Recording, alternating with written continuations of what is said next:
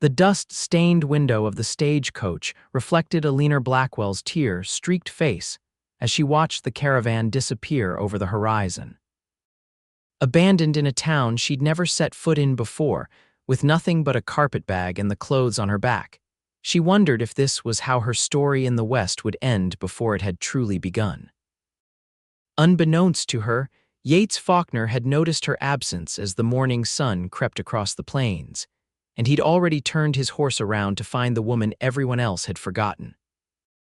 Hillsborough, New Mexico Territory, 1878. Eleanor Blackwell gripped the edge of the wooden bench outside Hillsborough's only hotel, willing herself not to cry. Again. She'd done enough of that already, watching the dust cloud of the wagon train fade into the distance. They were bound for California, and she was supposed to be with them, not stranded in this dusty mining town that was barely more than a collection of weathered buildings clinging to the foothills of the Black Range Mountains. The town was just waking up. A shopkeeper swept his porch across the street, and two miners trudged toward the saloon, their day's work already done. No one paid her any mind, which suited her just fine. She needed to think. Her stomach growled, reminding her that she hadn't eaten since the previous evening.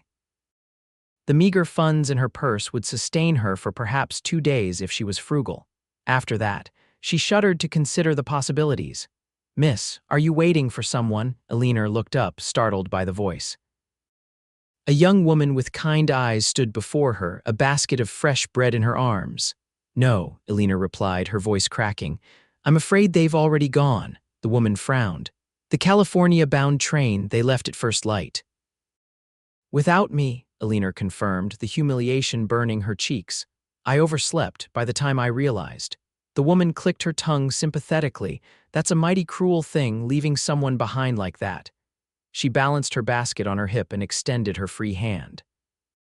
"I'm Beatrice Ward. Everyone calls me B. Eleanor Blackwell," she replied, accepting the handshake. "Everyone calls me Ellie."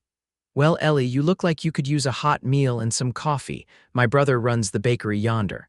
B nodded toward a small storefront down the street. "Come along." Eleanor hesitated, her pride warring with her hunger. "I can pay. We'll worry about that later," B said firmly, already walking toward the bakery. No one should face their troubles on an empty stomach. With no better options, Eleanor gathered her carpetbag and followed. The bakery was warm and smelled of yeast and cinnamon.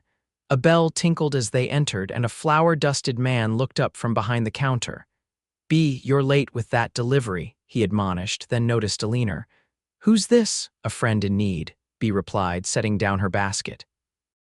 "Ellie, this is my brother Thomas. Tom, Miss Blackwell was left behind by the wagon train this morning." Thomas's expression softened. "Left behind, you say? That's not right." He wiped his hands on his apron and gestured to a small table in the corner. "Sit, please, coffee's fresh." Eleanor sank gratefully into the chair, overwhelmed by the kindness of these strangers. "Thank you. I don't know what I'm going to do." "First, you'll eat," B declared, pouring coffee and setting a plate of warm rolls before her. "Then we'll figure out the rest." As Eleanor ate, she told them her story, how she'd come from Philadelphia to join her cousin who had settled in Sacramento, how she'd used nearly all her savings for the stagecoach ticket to Santa Fe and then paid to join the wagon train west, how she'd fallen ill the night before with a fever that had made her sleep through the wagon master's call at dawn. "No one thought to check on you?" Thomas asked incredulously. "I was traveling alone," Eleanor explained. "I kept to myself mostly. The wagon master, Mr. Holloway, he seemed impatient with single women travelers," B huffed. "That man has a reputation." Not surprised he'd leave someone behind if it meant keeping to his precious schedule.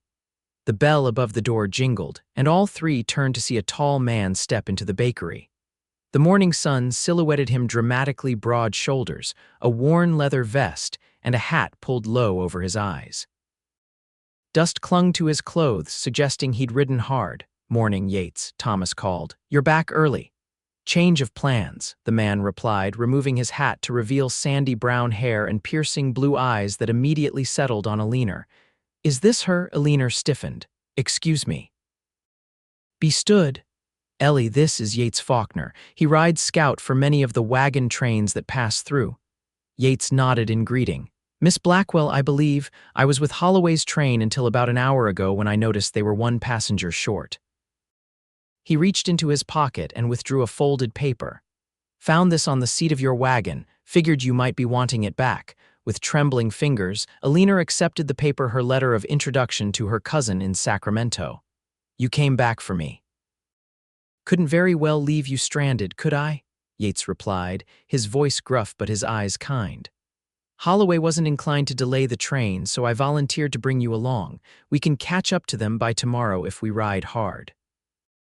Hope bloomed in Eleanor's chest, quickly tempered by practicality. I don't ride, Mr. Faulkner, and I certainly don't have funds to hire a horse. Got a wagon outside, he replied. Nothing fancy, but it'll get you where you're going. As for payment, he shrugged, we can sort that out later. Why would you do this for a stranger? Eleanor asked, suspicious of such generosity. Yates's expression darkened momentarily. Let's just say I know what it's like to be left behind. He cleared his throat. Besides, it's not right what Holloway did. Man's got no sense of decency. Bee rested a hand on Eleanor's shoulder. Yates is good people, Ellie. If he says he'll get you to your wagon train, he will. Eleanor looked from Bee to Thomas to Yates, weighing her limited options. The wagon train was her best hope for reaching Sacramento safely. Traveling alone with a man she just met carried its own risks, but his eyes held no malice, only determination and perhaps a hint of something she couldn't quite name. When would we leave? She asked finally. As soon as you're ready, Yates replied. Though I'd suggest we wait until you've finished that coffee. Long road ahead. For the first time since awakening to find herself abandoned, Eleanor felt a small smile touch her lips. Then I'd best drink quickly. An hour later, Eleanor found herself perched beside Yates on the bench of a modest wagon, her carpetbag secured in the back along with provisions Bee had insisted on providing. The town of Hillsborough was already shrinking behind them as Yates urged the horses into a steady trot along the trail west. Thank you again, Mr. Faulkner, Eleanor said, breaking the silence that had settled between them. Yates, he corrected, eyes fixed on the horizon. Just Yates is fine. Then I insist you call me Eleanor or Ellie if you prefer, he nodded once. Ellie suits you. The trail stretched before them, crossing scrubland dotted with yucca and mesquite. The summer sun beat down mercilessly, and Eleanor was grateful for the borrowed bonnet Bee had pressed into her hands before they departed. Have you been in New Mexico territory long? She asked, attempting conversation. 6 years, he replied. Came west after the war, seemed as good a direction as any. You fought in the war, a muscle twitched in his jaw. Union cavalry, not much to tell beyond that. Eleanor sensed his reluctance and changed tack.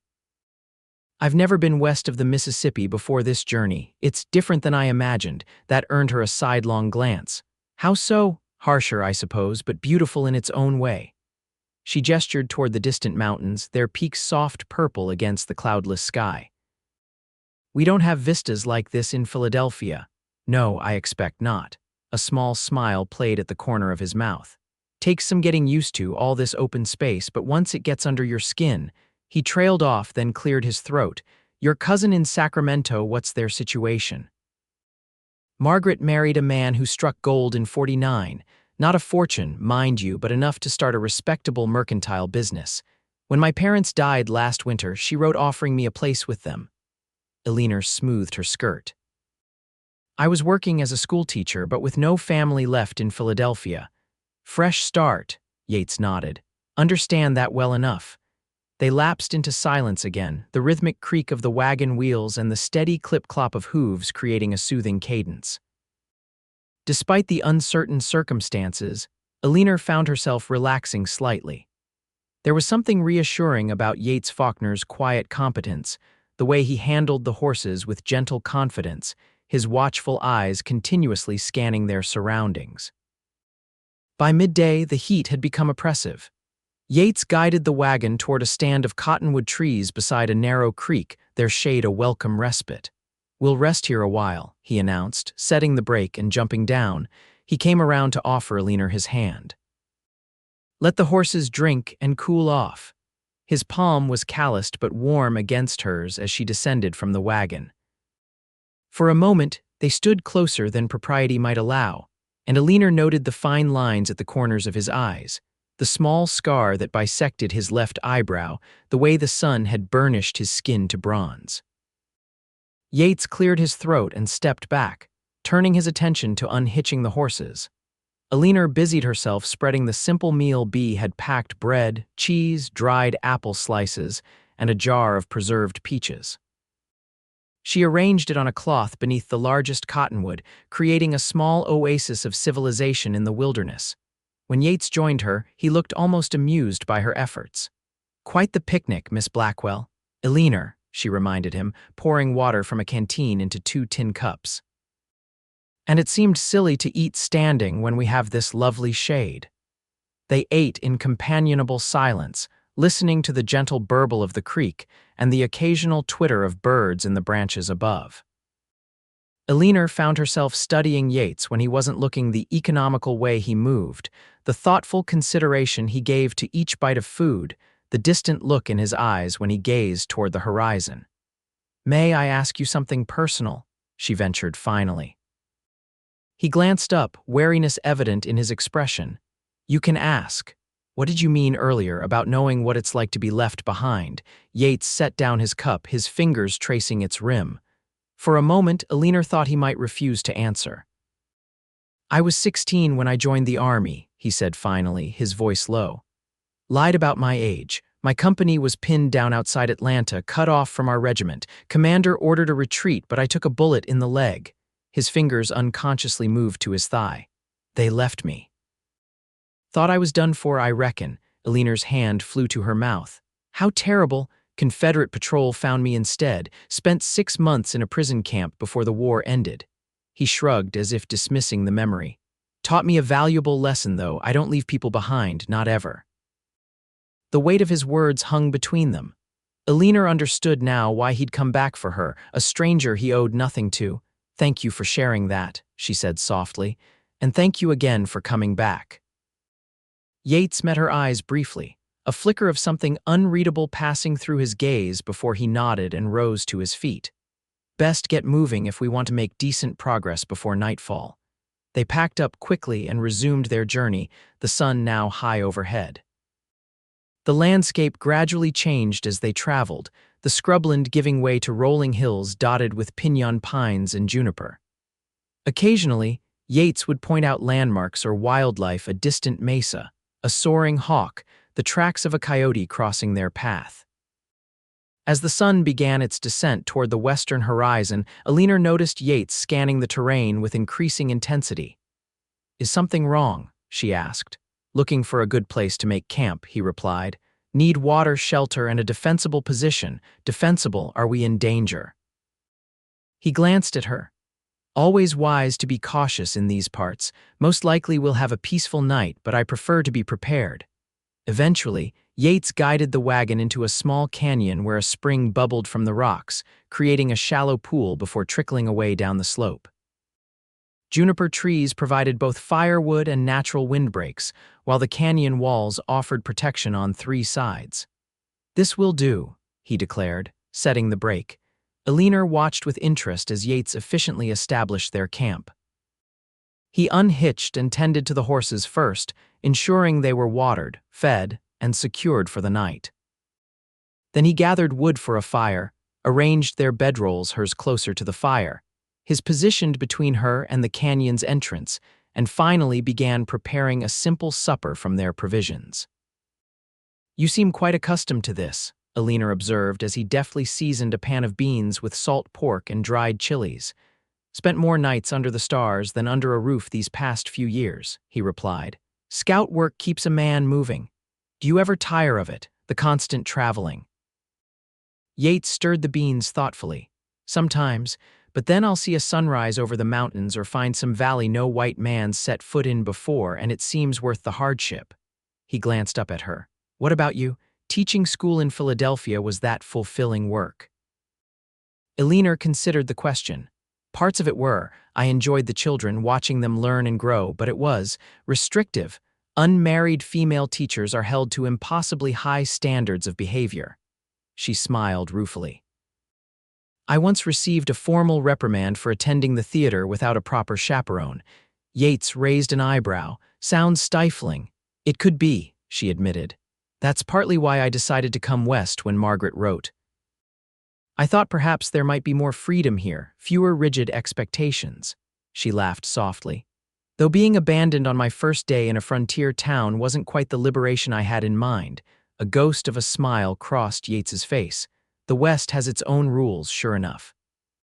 But there's truth in what you say out here. Folks tend to judge you more by what you do than who your family is or whether you follow all the social niceties. They ate as darkness fell, the fire casting a warm glow on their faces. The night brought a profound silence Eleanor had never experienced in the city, a vast, endless quiet punctuated only by the crackling flames, the occasional soft nickering of the horses, and the distant cry of a coyote. "It's so quiet," she whispered, reluctant to disturb the peace. Yates agreed. "Takes getting used to." He leaned back against his saddle, stretching his long legs toward the fire. "Best get some rest. We'll start early tomorrow." Eleanor nodded, suddenly aware of how exhausted she was. The emotional strain of the morning, combined with the long hours of travel, had taken their toll. She retreated to her bedroll, using her carpetbag as a pillow, and pulled the blanket Yates had provided up to her chin. From her position, she could see Yates silhouetted against the night sky, his profile strong in the firelight as he methodically cleaned his revolver before setting it beside his bedroll. There was something profoundly reassuring about his presence, a steady, quiet strength that made her feel safer than she had any right to feel in this wild, unfamiliar land. "Yates," she said softly. He looked over, his expression questioning. "I'm glad it was you who noticed I was missing." He held her gaze for a long moment before nodding once.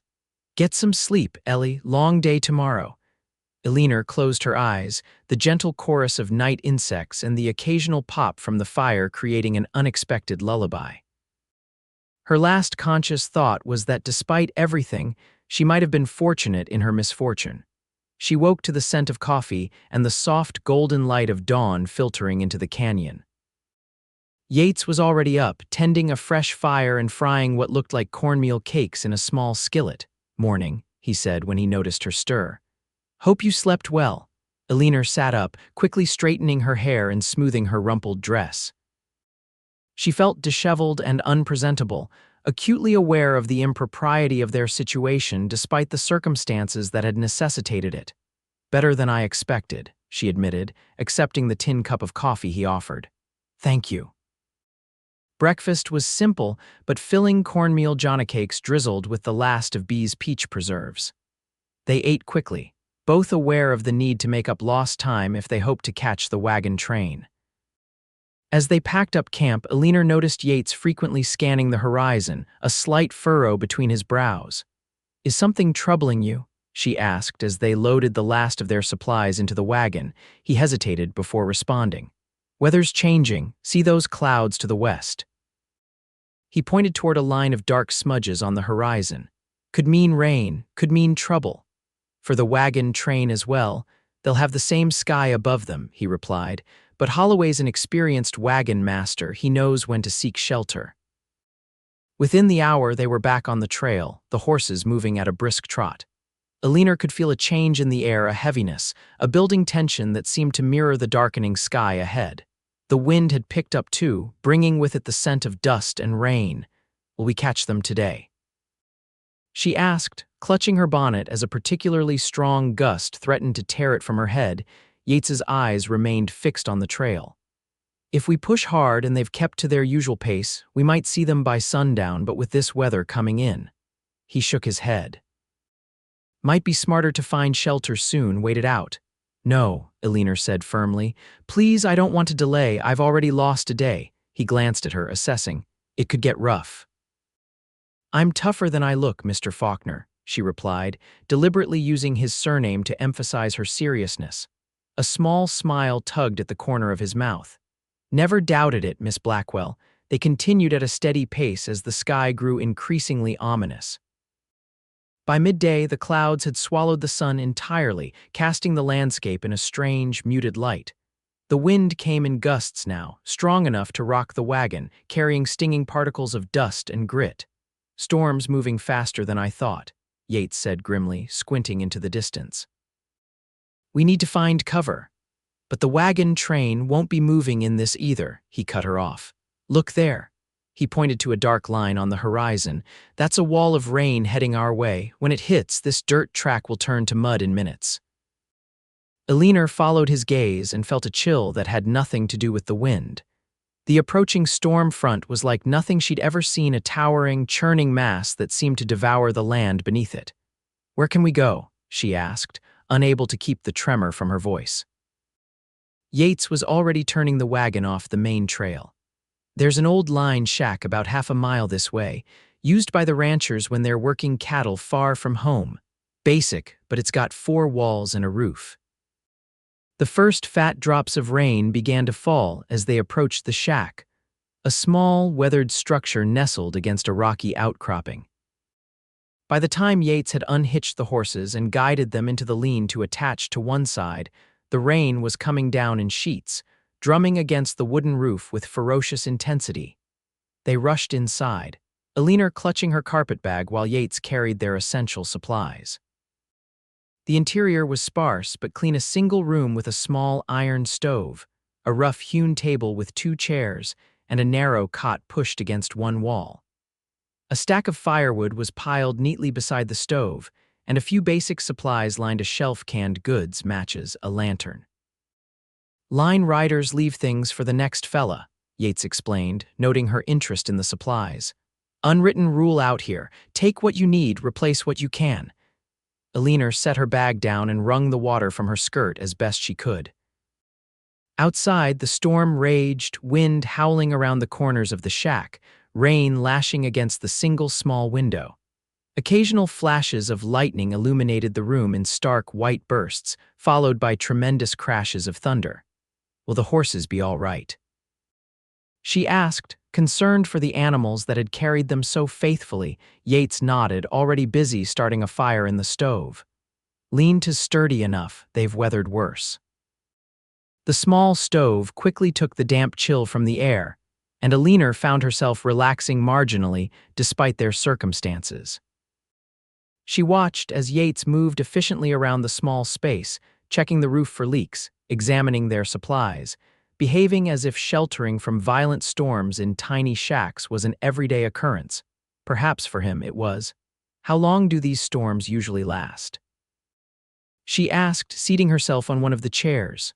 Hard to say. He set a pot of coffee on the stove. Could blow over in an hour, could last all night. He glanced at her. Either way, we're staying put until it passes and the ground firms up some. Can't risk the wagon getting bogged down. Eleanor nodded, resigned to further delay. The wagon train will be stopped too, if Holloway's got any sense, Yates confirmed.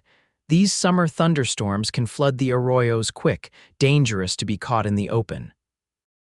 A particularly violent gust of wind rattled the shack, and Eleanor couldn't suppress a small gasp.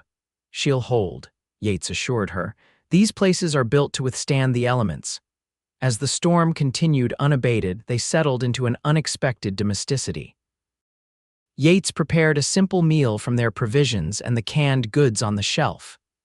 Eleanor found a broom in the corner and swept the floor, then arranged their bedrolls, hers on the cot, his near the stove. They ate by the light of the lantern, the pounding rain creating a strangely soothing background rhythm. Tell me about your cousin, Yates said as they finished their meal. What's she like, this Margaret who's waiting for you? Eleanor smiled, warming to the subject. Margaret is 3 years older than me. She was always the adventurous one, even as a child. While I was content with books and dolls, Margaret was climbing trees and exploring the creek behind our houses. She sipped her coffee. When she announced she was marrying James Wheeler and moving to California, no one was surprised. That was 8 years ago. She writes to you regularly? She did at first. Then the letters became less frequent. The last one came after my parents died. Eleanor's voice softened with remembered grief. She wrote that she and James had been blessed with 3 healthy children but no other family nearby. She thought perhaps we could help each other, she with a sister's companionship and I with a new beginning. Sounds like a kind offer. It was. Eleanor stared into her cup.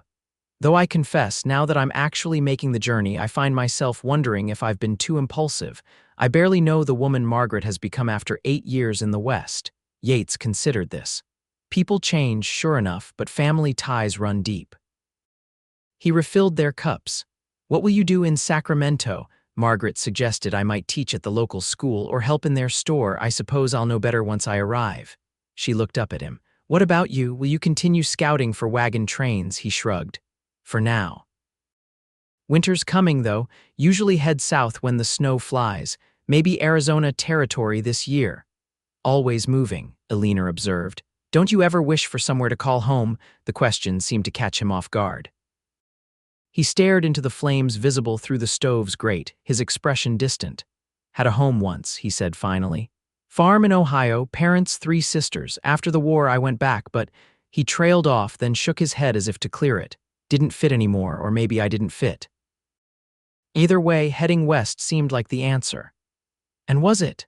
Eleanor asked softly. Yates met her eyes, and for a moment she glimpsed a vulnerability beneath his composed exterior, still figuring that out. The storm continued through the evening, showing no signs of abating. As darkness fell completely, the small shack became a tiny island of warmth and light amid the wild elements. Despite the ferocity outside, Eleanor found herself feeling strangely content in this forced pause in their journey. We should try to get some rest, Yates suggested as the hour grew late. Storm or no, we'll need to make an early start tomorrow. Eleanor nodded, suddenly aware of the impropriety of their situation alone together in this intimate space, far from civilization or chaperones. In Philadelphia, her reputation would be irreparably damaged by such circumstances. Yet here, in the midst of the New Mexico wilderness, conventional proprieties seemed distant and somewhat irrelevant. Still, she retreated behind the thin blanket Yates considerately hung from the rafters, creating a makeshift privacy screen that allowed her to change into her nightdress and robe. When she emerged, he was banking the fire in the stove, his back to her. I'm decent, she said quietly. He turned, his eyes carefully averted. Take the cot, I'll be fine here by the stove. Eleanor settled onto the narrow cot, pulling the blanket up to her chin. Thank you for everything today. Yates nodded, stretching out on his bedroll. Get some sleep, Ellie. She closed her eyes, listening to the continuing symphony of the storm, the drumming rain, the moaning wind, the occasional rumble of thunder. Despite the tumult outside and the uncertainty of their situation, she felt safe. Protected, Yates, she whispered into the darkness. His voice came low and rough with approaching sleep. I'm glad you came back for me. There was a moment of silence before he replied, his voice barely audible above the storm. So am I. Eleanor awoke to stillness. The relentless pounding of rain had ceased, replaced by a profound quiet broken only by the occasional drip of water from the eaves. Pale morning light filtered through the small window, revealing Yates already up and moving about the shack, his bedroll neatly stowed. Storm's past, he said when he noticed her stirring, but it's left its mark. Eleanor rose, accepting the cup of coffee he offered before moving to peer out the window. The landscape had been transformed overnight. Muddy rivulets crisscrossed what had been dry earth, and pools of standing water reflected the clearing sky. Will we be able to travel? She asked. Yates nodded. Ground's soft but passable if we stick to higher terrain. I checked the wagon, no damage. Horses are rested and ready. They broke their fast with the last of their provisions, then set about preparing for departure. Eleanor changed behind the privacy curtain, doing her best to make herself presentable despite the limited circumstances. When she emerged, she found Yates outside, securing their belongings in the wagon. The world smelled fresh and clean after the storm, the air washed of dust and filled with the scent of wet earth and sage. Birds called from the scrubby bushes, and the sky stretched endlessly blue above them, as if the previous day's tempest had never happened. Ready? Yates asked, offering his hand to help her onto the wagon seat. Eleanor nodded, settling her skirts around her. Will we reach the wagon train today? If they haven't made much progress because of the storm, we might, he replied, clicking to the horses. Otherwise, we'll keep following their trail. They traveled steadily throughout the morning, Yates skillfully navigating around the worst of the mud and washouts. The landscape gradually changed as they climbed in elevation. More pines appeared among the junipers, and distant mountains became more defined against the horizon. Around midday, Yates suddenly straightened, his gaze fixed on the trail ahead. "Tracks," he said. "Fresh, wagon wheels, horses, cattle." He smiled slightly. "We're gaining on them." Eleanor's heart lifted. "How far? Can't be more than a few hours ahead now." He urged the horses to a faster pace. "If they stop early to make camp, we might catch them by sundown." The possibility of rejoining the wagon train by evening lent their journey renewed purpose. Eleanor found herself scanning the horizon constantly, searching for any sign of the caravan. Yet as the hours passed and the sun began its westward descent, a curious reluctance began to grow within her. These 2 days with Yates, despite the danger and discomfort, had awakened something she hadn't expected. A sense of adventure, perhaps, or maybe it was simply the man himself, his quiet competence, his unexpected kindness, the way his rare smiles transformed his weathered face. "Penny for your thoughts?" Yates asked, breaking into her reverie. Eleanor startled slightly. "Oh, I was just reflecting on this journey. It hasn't gone at all as I planned. Journeys rarely do," he observed, "especially out here. Yet I find I don't regret it," she admitted. "The delay, I mean, it's been educational." Yates glanced at her, a hint of amusement in his eyes. "Educational, that's one word for getting abandoned and caught in a mountain thunderstorm." "Well, what would you call it?" she challenged, smiling. He considered for a moment. "An adventure, maybe, or just life in the territories." He adjusted his hat against the late afternoon sun. "Speaking of which," Yates pointed toward a distant smudge on the horizon. As they drew closer, the smudge resolved itself into a column of smoke, not the dark billowing clouds of a wildfire, but the controlled plumes of multiple campfires. "Is that them?" Eleanor asked, leaning forward eagerly. "That's them," Yates confirmed. "Looks like they've made camp early. Probably letting the ground dry out some before pushing on tomorrow." Eleanor's emotions were unexpectedly complicated. Relief. Certainly she would be back on her planned journey, back among other travelers, no longer dependent on the kindness of a virtual stranger. But there was disappointment too, a reluctance to end this unexpected interlude. "What will you do?" she asked. "After you've delivered me safely back to the wagon train," Yates kept his eyes on the trail. "Head back to Hillsborough, I expect. Might be another train coming through next month needs a scout." "I see." Eleanor smoothed her skirt unnecessarily. "Well, I'm enormously grateful for your help. I don't know what I would have done if you hadn't noticed I was missing." "You'd have managed," he said with quiet certainty. "Struck me as the resourceful type from the first." The wagon train came into full view as they crested a gentle rise, a circle of wagons, livestock corralled in the center, campfires burning as women prepared the evening meal and men tended to equipment and animals. It was a scene of organized industry, a small, mobile community making its way west. Yates guided their wagon toward the encampment, and heads began to turn as people noticed their approach. A burly man with a bushy beard detached himself from a group near the largest fire and strode toward them, his expression a mixture of surprise and annoyance. "That'll be Holloway," Yates murmured. "Brace yourself." Eleanor straightened her spine and lifted her chin. She would not show weakness before the man who had abandoned her without a second thought. "Faulkner," Holloway called as they drew near, "didn't expect to see you again this season." His eyes slid to Eleanor, narrowing in recognition. "And Miss Blackwell, I believe." "Mr. Holloway," she acknowledged coolly. Yates brought the wagon to a halt. "Found the lady you left behind, Holloway. Thought I'd return her to your care, seeing as she paid for passage to Sacramento." Holloway's face darkened. "Now see here, Faulkner, we called out before departure."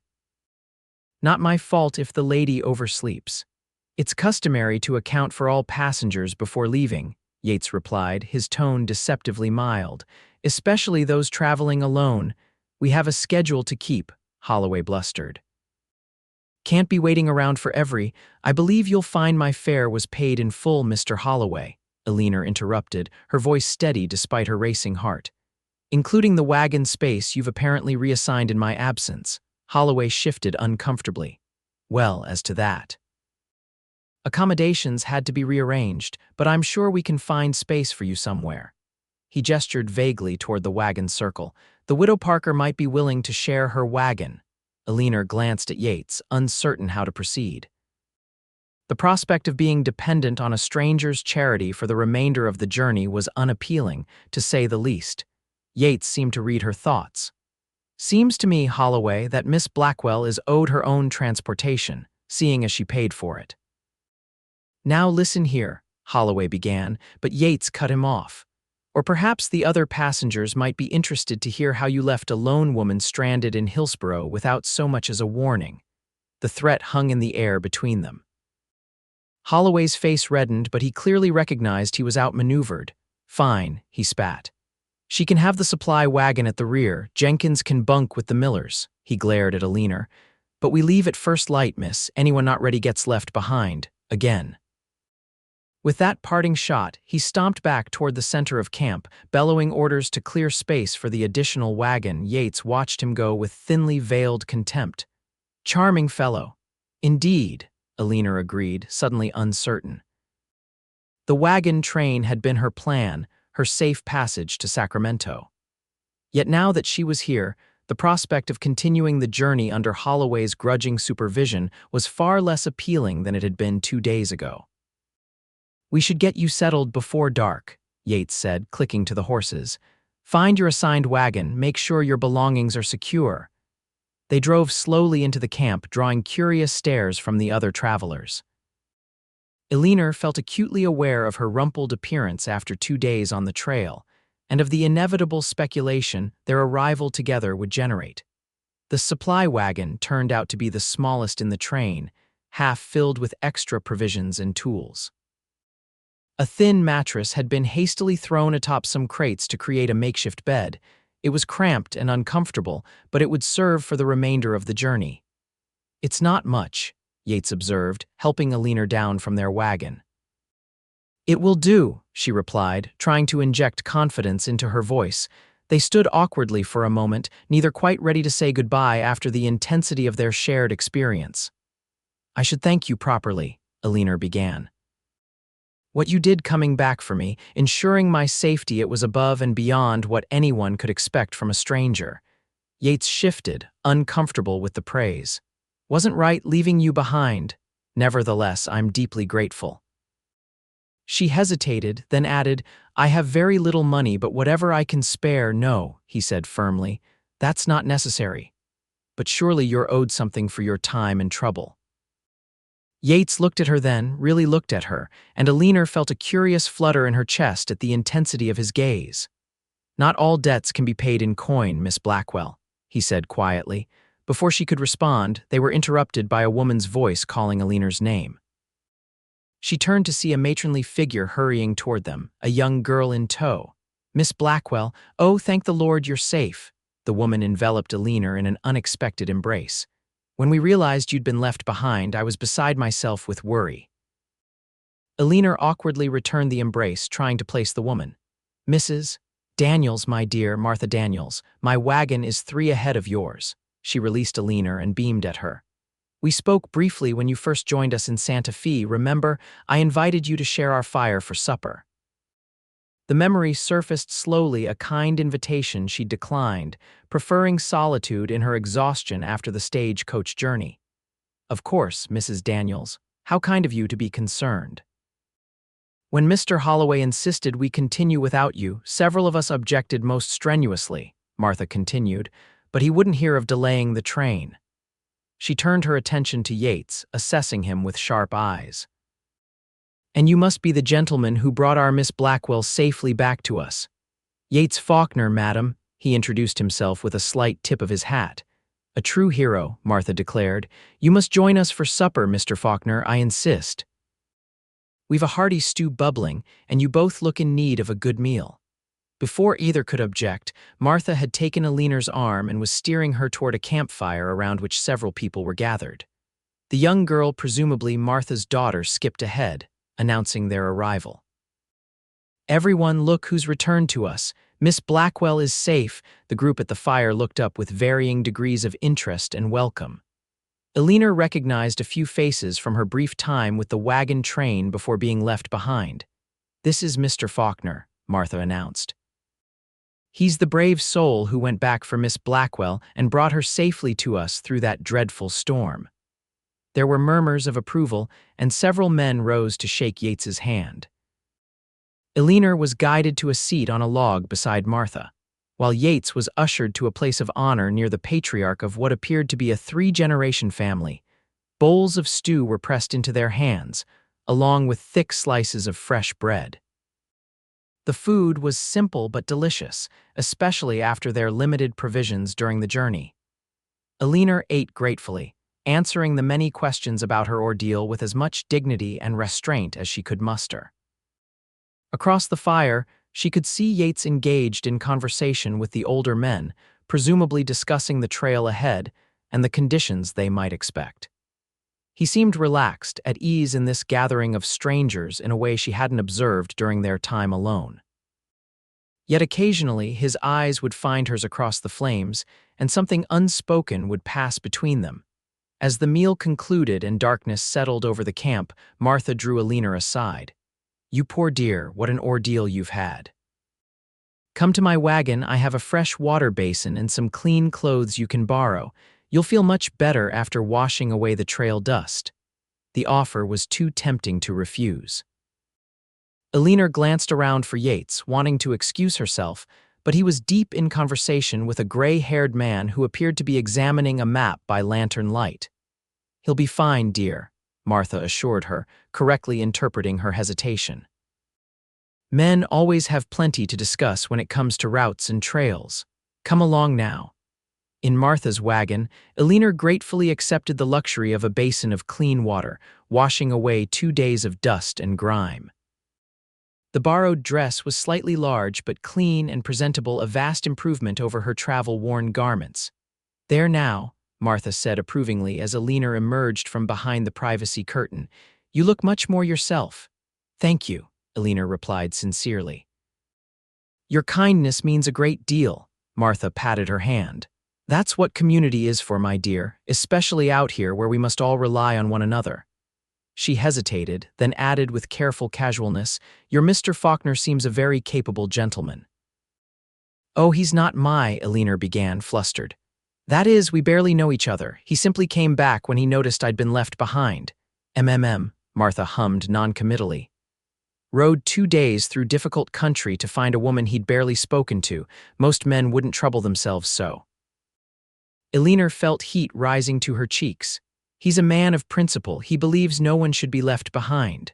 "Principles are all well and good," Martha replied with a knowing smile.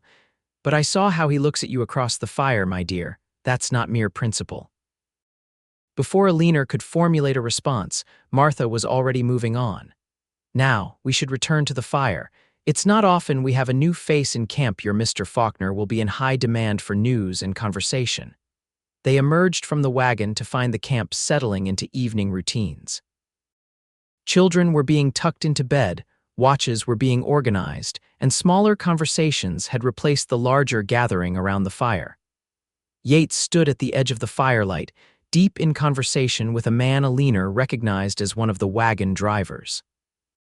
As if sensing her presence, he looked up, his expression shifting subtly as he took in her changed appearance. Something in his gaze made Eleanor acutely aware of her borrowed dress, her hastily arranged hair, the lingering dampness on her skin from her recent washing. Martha nudged her gently. "Go on, dear. I'm sure you have matters to discuss before he departs." Eleanor approached slowly, conscious of the curious eyes following her progress. Yates excused himself from his conversation and met her halfway, just beyond the brightest circle of firelight. "You look." He began, then seemed to reconsider his words. "Refreshed. Mrs. Daniels was kind enough to offer her washing basin and a clean dress," Eleanor explained unnecessarily. "She's been very welcoming." Yates nodded. "Good people in this train, most of them anyway." His implied exception for Holloway hung unspoken between them. "Will you leave tonight?" she asked, trying to keep her tone neutral. "First light would be wiser," he replied. "No sense risking the trail in darkness, especially after yesterday's rain." "Of course."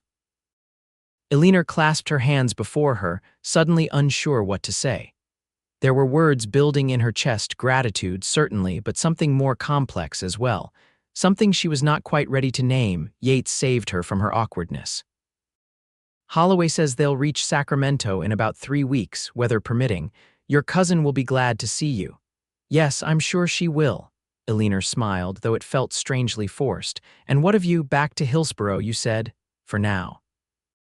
He glanced toward the western horizon where the last traces of sunset were fading. Winter's coming, might head south before the snow flies. Always moving, she echoed her observation from the night before. It's what I know, he said simply. A call came from the center of camp, Holloway's voice, announcing the night watch assignments. The interruption broke the moment between them, reminding Eleanor of the reality of their situation. Tomorrow she would continue west with the wagon train, and Yates would return east to Hillsborough. Their paths, which had crossed so unexpectedly, would diverge just as suddenly. I should help Mrs. Daniels with the evening chores, she said, reluctant to end their conversation yet seeing no alternative.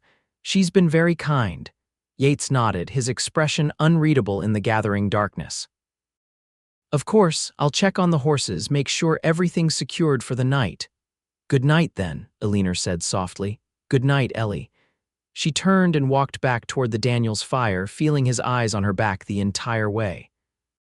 The camp settled into nighttime quiet, with only the sentries moving about between the wagons. Eleanor found herself unable to sleep despite her exhaustion, tossing restlessly on her makeshift bed in the supply wagon. Her mind kept returning to Yates, his quiet strength, his unexpected kindness, the way his rare smiles transformed his face in the morning he would be gone, riding back to Hillsborough while she continued west. The thought left an unexpected hollowness in her chest. 2 days ago, he had been a stranger. Now, Eleanor slipped from her wagon, wrapping a borrowed shawl around her shoulders against the night chill. Perhaps some fresh air would clear her thoughts. She moved quietly through the sleeping camp, nodding to a sentry who recognized her and tipped his hat in greeting. At the edge of the circle of wagons, she paused, gazing out at the vast landscape silvered by moonlight. The beauty of it caught her breath, the sweeping emptiness, the distant mountains like sleeping giants, the endless bowl of stars overhead. Philadelphia's narrow streets and crowded buildings seemed a world away, a different life entirely. Couldn't sleep. Eleanor turned, startled to find Yates standing a few yards away, his familiar silhouette unmistakable in the moonlight. Too much on my mind, I suppose, she admitted. And you, same. He moved to stand beside her, both of them looking out at the moonlit terrain. Beautiful, isn't it? Yes, she agreed softly. I've never seen stars like this. In Philadelphia, the city lights and coal smoke obscure most of them. One of the things I love about the territories, Yates said, the sky feels bigger somehow. They stood in companionable silence for several minutes, sharing the night and their thoughts. I've been thinking, Eleanor said finally, her heart beating faster with sudden resolve. About Sacramento, about my cousin. Yates turned slightly toward her, his expression questioning. I don't really know her anymore, Eleanor continued, the words coming faster now. 8 years is a long time. Her life is established, their husband, children, business. Mine would be an addition, perhaps not an entirely welcome one in the end. You're having doubts, Yates observed. Yes. No, Eleanor shook her head, frustrated with her inability to articulate her thoughts clearly. I'm wondering if I was too hasty in my decision, if perhaps I chose Sacramento because it was the most obvious destination, not because it was the right one. Yates was silent for a long moment. When he spoke, his voice was carefully neutral. What are you saying, Ellie? She took a deep breath. I'm saying that these past 2 days have shown me something about myself, that perhaps I'm stronger and more adaptable than I realized. That perhaps the territories might suit me better than I'd thought. The territories are a hard place for a woman alone, Yates cautioned. I wouldn't necessarily be alone. Eleanor gathered her courage and turned to face him fully. Unless I've completely misunderstood. In the moonlight, she could see the conflict in his expression: surprise, hope, and a wariness born of long experience. Ellie, he began, his voice rough. You don't know me, not really. 2 days on the trail isn't enough to make this kind of decision. Perhaps not, she conceded. But it's enough to know I'd like the chance to learn more, to see if. She trailed off, suddenly uncertain. Yates took a step closer, close enough that she could see the details of his face in the moonlight, the crow's feet at the corners of his eyes, the small scar through his eyebrow, the firm set of his mouth. What are you proposing, exactly? He asked quietly. I don't know, she admitted. I only know that the thought of continuing to Sacramento tomorrow while you return to Hillsborough feels wrong somehow. As if I'd be turning away from something important before it even had a chance to begin. Yates was silent for so long that Eleanor began to fear she'd terribly misjudged the situation. Perhaps Martha Daniels had been wrong about the way he looked at her. Perhaps his kindness had been merely the reflexive decency of a good man, nothing more. Then slowly he reached out and took her hand. His palm was warm and calloused against hers, the touch sending a current of awareness up her arm. Come back to Hillsborough, he said, his voice low and intent. Not forever, just for a while, get to know the place, get to know me properly. If you decide it's not what you want, the stage runs to Santa Fe every week. You can continue to Sacramento anytime. Hope bloomed in Eleanor's chest. You'd be willing to see where this leads? I came back for you once already, Yates said, the ghost of a smile touching his lips. Seems I might be developing a habit. Eleanor laughed softly, the tension between them breaking. A good habit, I hope. Time will tell. His thumb traced a gentle pattern on the back of her hand. It won't be easy, mind you. Hillsborough's no Philadelphia, and I'm no gentleman. I think I've had enough of easy and gentleman, Eleanor replied. Both proved rather disappointing in the end. Yates's smile widened, transforming his face in the way that made Eleanor's breath catch. So we're agreed, you'll return to Hillsborough. Yes, she said, certainty settling over her like a mantle. Yes, I will, he nodded once, squeezing her hand gently before releasing it. We should get some rest then, long ride back tomorrow. As they walked back toward the circle of wagons, Eleanor felt a curious lightness, as if a weight she hadn't known she was carrying had been lifted from her shoulders. The future stretching before her was uncertain, yes, but for the first time in longer than she could remember, it also felt full of possibility. Morning brought a flurry of activity as the wagon train prepared to depart. Eleanor's announcement that she would be returning to Hillsborough with Yates was met with a mixture of surprise, concern, and in Martha Daniels's case, knowing approval. I thought as much, Martha said, helping Eleanor pack her few belongings. The way you two look at each other. Well, it reminds me of Jacob and myself all those years ago. It's not settled between us, Eleanor cautioned. We're simply exploring possibilities. Martha patted her hand. Of course, dear, very sensible. Her tone suggested she believed it was anything but, and that she heartily approved nonetheless. Holloway was less enthusiastic, regarding Eleanor's change of plans with open suspicion. Paid fare's paid fare, he grumbled. No refunds for changing your mind mid-journey. I wouldn't expect one, Mr. Holloway, Eleanor replied coolly. Consider it compensation for the inconvenience of being abandoned without warning. The wagon master had no ready response to that and stomped away, bellowing orders to his drivers. With farewells said and her carpetbag secured in Yates's wagon, Eleanor found herself once again perched beside him on the wooden seat, watching as the wagon train began its slow procession westward. Having second thoughts? Yates asked, noting her expression as the last wagon rumbled past. Eleanor shook her head. No, just acknowledging that life can change direction very quickly sometimes. That it can, he agreed, urging their horses into motion. East then, east, she confirmed with a smile, for now. The journey back to Hillsborough took 3 days longer than their outbound trip due to the lingering effects of the storm on the terrain. They traveled at a steady pace, stopping at night to make camp, falling into a comfortable routine that felt remarkably natural given their short acquaintance. In the evenings, as they sat beside their campfire, they began the process of truly getting to know one another. Eleanor spoke of her childhood in Philadelphia, her years teaching school, the parents whose deaths had left her adrift and open to her cousin's invitation. Yates, more reticent by nature, gradually shared pieces of his own history, his upbringing on an Ohio farm, his experiences in the war, his wanderings in the years since. Never planned to settle anywhere, he admitted on their second night. After the prison camp. Found it hard to stay in one place too long, always felt the walls closing in. And now, Eleanor asked, watching him across the flames, he considered the question seriously. Now, I'm thinking maybe 4 walls and a roof might not be so confining with the right person. The implication hung between them, neither quite ready to address it directly but both acutely aware of its presence. On the afternoon of the third day, the now familiar buildings of Hillsborough came into view. Eleanor felt a curious sense of homecoming as they crested the final rise and saw the town nestled in the valley below. It was still a rough frontier settlement.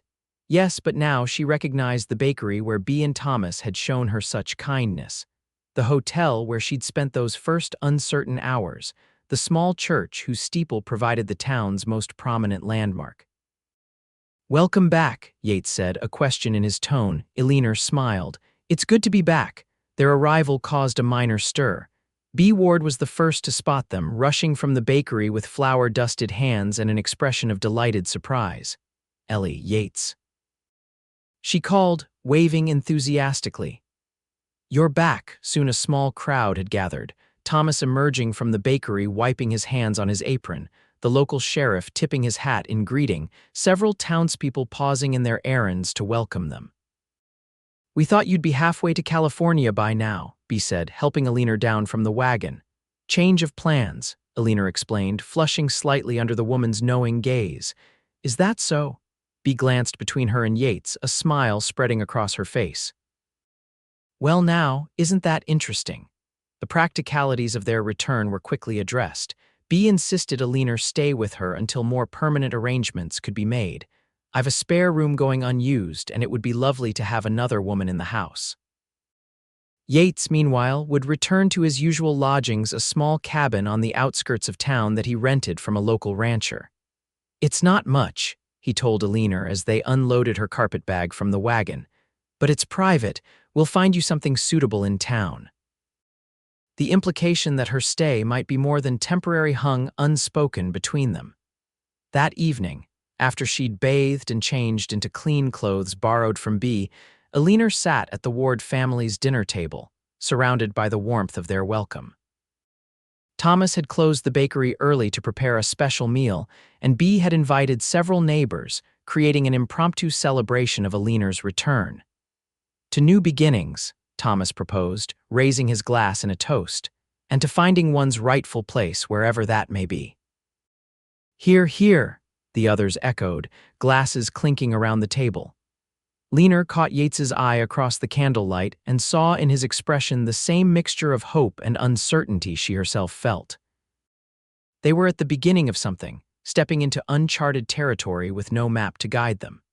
Yet somehow that prospect felt more exhilarating than frightening.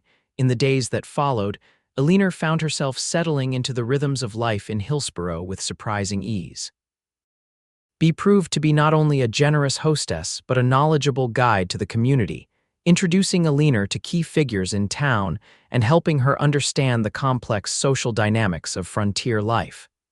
"Mrs. Patterson runs the general store and knows everyone's business," Bea explained as they walked along the main street one morning.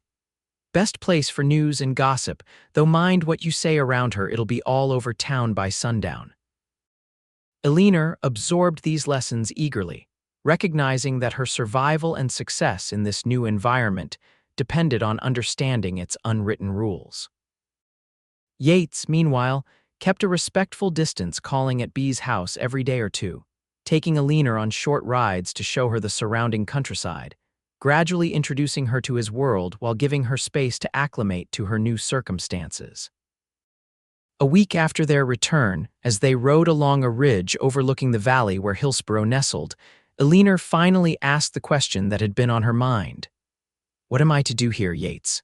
I can't impose on Bea's hospitality indefinitely." He guided his horse to a halt, looking out over the landscape. You've options. Town needs a school teacher. Children are being taught in the church basement by Reverend Miller's wife, who will be the first to tell you she's not qualified for the task. Teaching, Eleanor considered the possibility. I am trained for that. Or there's the newspaper, Yates continued. Mr. Pearson's looking for someone who can write properly to help with his weekly edition. Says his readers are tired of his spelling. Eleanor laughed. I noticed that in the copy B showed me. Vigilance had 3 different spellings in the same article. Yates smiled, the expression warming his usually serious face. Point is, there's place for you here, if you want it. The unspoken question hung between them: was there a place for her with him as well? I think I would like to stay, Eleanor said carefully, at least long enough to see if Hillsborough and I suit each other. Yates nodded, satisfaction evident in his expression. Fair enough. He hesitated, then added, there's a small house coming available next month. Mrs. Wilson's moving to Santa Fe to live with her daughter. It's nothing grand, mind you. I'd like to see it, Eleanor said, touched by his thoughtfulness. The house, which Yates showed her the following day, was indeed modest: 2 rooms with a lean-to kitchen, a small porch facing the street, a vegetable garden in the back. But it was clean and sound, with a view of the mountains from the rear window and walking distance to both the bakery and the church where school was held. It's perfect, Eleanor declared, standing in the center of what would be the main living space. Truly? Yates looked pleased but cautious. Rent's reasonable, and if teaching works out. I could manage quite comfortably, she finished for him. They stood in comfortable silence for a moment, both aware of the domestic picture they presented: a man and woman contemplating a home together, even if not quite in the conventional sense. Yates, Eleanor began hesitantly, I know we've only known each other a short time, but, he prompted when she trailed off. I find myself thinking about you quite often, she admitted. About possibilities. Yates moved closer, his expression serious. Been thinking the same, he confessed. More than is probably wise. Eleanor gathered her courage. Perhaps wisdom is overrated. A smile tugged at the corner of his mouth. Perhaps. Slowly, giving her every opportunity to withdraw, he reached for her hand. His palm was warm and calloused against her skin, the simple touch sending awareness coursing through her. I'm not a man of many words, Ellie, he said, his voice low, but I'd like to court you properly if you're willing. Eleanor's heart quickened at the formal request. I'd like that very much. His smile bloomed fully then, transforming his face. Good, that's good. The moment stretched between them, charged with possibility. Then, with a gentleness that belied his rugged appearance, Yates raised her hand to his lips and placed a kiss on her knuckles, a gesture both old-fashioned and deeply affecting. Mrs. Wilson won't be leaving for 3 weeks, he said, reluctantly releasing her hand. Gives you time to decide if teaching's what you want, and if Hillsborough's where you want to be, and if you're who I want to be with, Eleanor added boldly. Yates's eyes darkened. That too. The following weeks established a pattern that quickly became the framework of Eleanor's new life. Mornings were spent observing Mrs. Miller's lessons and gradually taking on teaching duties herself. The children, ranging from 5 to 16 years old, were a diverse group, the offspring of miners, ranchers, shopkeepers, and in a few cases, the local Apache who had peaceful relations with the town. Afternoons she devoted to learning the community, helping at the bakery, writing articles for the local newspaper, attending Ladies' Aid Society meetings where she was welcomed with curiosity and gradually increasing warmth. And in the evenings, more often than not, there was Yates. Their courtship progressed with a steady deliberateness that reflected his character, careful but committed, traditional in many ways yet unbounded by convention when it suited them. They rode together, exploring the surrounding countryside. They shared meals at the town's small restaurant or picnicked beside the creek that ran behind the settlement. Sometimes they simply sat on Bee's porch, talking until the stars emerged above them. Through these conversations, Eleanor came to understand the man who had ridden back for her that fateful morning. His quiet strength had been forged in hardship, the loss of his parents, while he was fighting in the war. The prison camp experiences he spoke of only rarely, the restless years that followed as he sought something he couldn't name. Never thought I'd settle, he admitted one evening as they watched the sunset from his cabin porch. Always felt I needed to keep moving, like if I stayed too long in one place, the memories would catch up to me. And now, Eleanor asked, her heart quickening at the implication. Yates looked at her, his expression more open than she'd ever seen it. Now I'm thinking maybe some memories are worth making, worth staying for. 2 days before Mrs. Wilson was scheduled to depart for Santa Fe, leaving her little house available for Eleanor. Yates invited her to dinner at his cabin. It was the first time she'd been there in the evening, and she felt a flutter of nervous anticipation as she approached the small structure, guided by the warm glow of lantern light from its windows.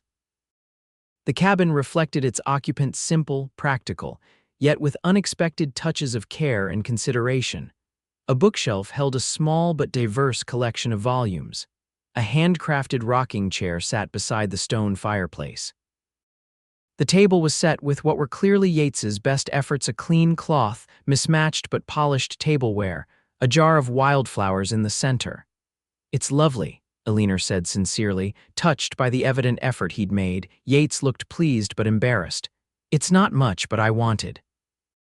He trailed off, gesturing vaguely at the domestic scene he'd created. "To show me you can be civilized," Eleanor teased gently. He smiled. "Something like that." The meal was simple venison stew, fresh bread from Thomas's bakery, a bottle of wine that must have been a significant expense. They ate by lamplight, talking easily about the day's events, the progress of Eleanor's teaching, the news from town. As they finished their meal, Yates grew noticeably more serious. "Got something I want to discuss with you, Ellie." "Oh." She set down her wine glass, suddenly alert to the shift in his demeanor. "Been thinking about what happens after Mrs. Wilson leaves." He met her eyes directly. "About you moving into that house." Eleanor nodded, unsure where this was heading. "I've been looking forward to having my own space, though B has been wonderfully generous. Thing is," Yates continued, his voice gruff with emotion, "I've been thinking maybe there's another option, if you'd consider it." "Another option?" Eleanor's heart began to beat faster. Yates reached across the table and took her hand. "I know it's soon, too soon probably by proper standards, but nothing about us has been exactly conventional from the start." Eleanor smiled at that undeniable truth. "No, I suppose it hasn't." "What I'm trying to say, Ellie," he took a deep breath. "I love you, have done since. Well, maybe since I turned back for you that morning, maybe since I saw you sitting alone outside that hotel, looking lost but determined all at once." Tears welled in Eleanor's eyes at the unexpected declaration. "Yates, let me finish," he said gently. "I'm not a wealthy man, don't have much to offer beyond this cabin and what I can earn scouting and hunting, but everything I have is yours if you want it." His hand tightened around hers. "If you want me." The simple, heartfelt proposal hung in the air between them, a moment suspended in time that Eleanor knew she would remember all her days. "Are you asking me to marry you, Yates Faulkner?" she asked, her voice barely above a whisper. "I am," he confirmed, his blue eyes steady on hers. "If you'll have me." Eleanor's heart felt too full for her chest, joy bubbling up inside her like a spring. "Yes," she said, the word emerging half-laughed, half-sobbed. "Yes, I will marry you." The relief and happiness that transformed Yates's face was beautiful to behold. He rose from his chair, pulling her to her feet and into his arms in one fluid movement. His kiss was tender at first, then increasingly passionate as she responded eagerly, her arms winding around his neck. When they finally broke apart, both breathing heavily, Yates rested his forehead against hers. "Never thought I'd find this," he murmured. "Never thought I'd find you." "I'm glad you came back for me that morning," Eleanor said softly. "Best decision I ever made," he replied with fervent certainty. They were married 2 weeks later in Hillsborough's small church, with Bea as Eleanor's attendant and Thomas standing up for Yates. The entire town turned out for the celebration, even Reverend Miller remarking that he'd never seen such universal approval of a match. Even old Mrs. Patterson, who finds fault with every union, says you two were clearly destined for each other. Bea reported happily as she helped Eleanor prepare for the ceremony. The bride wore a dress of pale blue silk, a gift from the ladies of Hillsborough, who had pooled their resources to order the fabric from Santa Fe and worked together to create the simple but elegant gown. "Something borrowed," Bea said, fastening her mother's pearl earrings to Eleanor's ears. "Something blue," she added, gesturing to the dress. "Something old," she continued, presenting a delicate lace handkerchief that had belonged to her grandmother, "and something new." She handed Eleanor a small package wrapped in tissue paper. Inside was a silver locket on a fine chain. "It's from Yates," Bea explained. "He asked me to give it to you before the ceremony." With trembling fingers, Eleanor opened the locket to find a tiny scrap of paper inside, folded to fit the small space. Unfolding it carefully, she read the message written in Yates's bold hand: "I will always come back for you." Why? Tears welled in her eyes at the simple promise that encapsulated their unlikely beginning. "Oh my," Bea said, fanning her own eyes. "We'll both be red-faced and puffy if we keep this up, and it's almost time." The ceremony itself was brief but deeply meaningful, the small church filled with people who had, in a remarkably short time, become Eleanor's community. As she spoke her vows, looking into Yates's steady blue eyes, she felt with absolute certainty that this unexpected detour in her life's journey had led her exactly where she was meant to be. "I now pronounce you husband and wife," Reverend Miller declared. "Mr. Faulkner, you may kiss your bride." Yates did so with a tenderness that belied his rugged exterior, his hands gentle as they cradled her face. The church erupted in cheers and applause, Thomas's whoop of approval rising above the general celebration. The reception that followed, held in the town square, was a true community affair. Every household had contributed something: food, decorations, music. Tables groaned under the weight of dishes representing the diverse backgrounds of Hillsborough's residents. A makeshift dance floor had been constructed in the center of the square, and as the evening progressed, more and more couples joined in the dancing. "Happy, Mrs. Faulkner?" Yates asked as they swayed together to a slow melody played by the town's small band. The name, her new name, sent a thrill through Eleanor. "Extraordinarily so, Mr. Faulkner." His arms tightened around her waist. "No regrets about Sacramento, I mean." "None whatsoever," she assured him. "Though I should write to Margaret soon, explain why I'm not coming after all." "Might invite her to visit," Yates suggested. "Once we're properly settled." The casual mention of their future together, a future he clearly envisioned extending well beyond the immediate present, warmed Eleanor's heart. "I'd like that." "Though I'm not sure Hillsborough would measure up to Sacramento in her eyes." "Hillsborough has one thing Sacramento doesn't," Yates pointed out with a small smile. "What's that?" "Us," he said simply. "Together." Eleanor laid her head against his chest, feeling the steady beat of his heart beneath her cheek. "Yes," she agreed softly. "It does indeed." As the celebration continued around them, Eleanor found herself reflecting on the extraordinary path that had led her to this moment. Left behind by the wagon train, found by a man who understood too well what abandonment felt like. Brought back to a place she might never have considered staying, each step of the journey had seemed like misfortune at the time, but had ultimately led her home. Not to the home she had expected to find in Sacramento with her cousin, but to a truer home, one she had built herself, with the man who had turned back for her when everyone else had continued on without a second thought. "Penny for your thoughts," Yates murmured, his breath warm against her hair. Eleanor smiled up at him, her heart full to overflowing with love and gratitude. "I was just thinking how fortunate I am to have been left behind." Understanding dawned in his eyes, followed by a smile that transformed his weathered face. "Fortunate indeed," he agreed, bending to kiss her beneath the stars of their New Mexico sky. "For both of us." Years later, Eleanor would still maintain that being abandoned by the wagon train was the most fortuitous misfortune of her life. The schoolhouse that had once been housed in the church basement now occupied its own building, with Eleanor Faulkner as its respected headmistress. The small cabin she shared with Yates had expanded to include 2 additional rooms, one for their son James, born a year after their wedding, and one for their daughter Catherine, who had arrived 2 years later. Yates still scouted occasionally, but more of his time was now spent as Hillsborough's deputy sheriff. a position that allowed him to be home most nights with his family. The restlessness that had driven him for so many years had been replaced by a profound contentment in the life they had built together.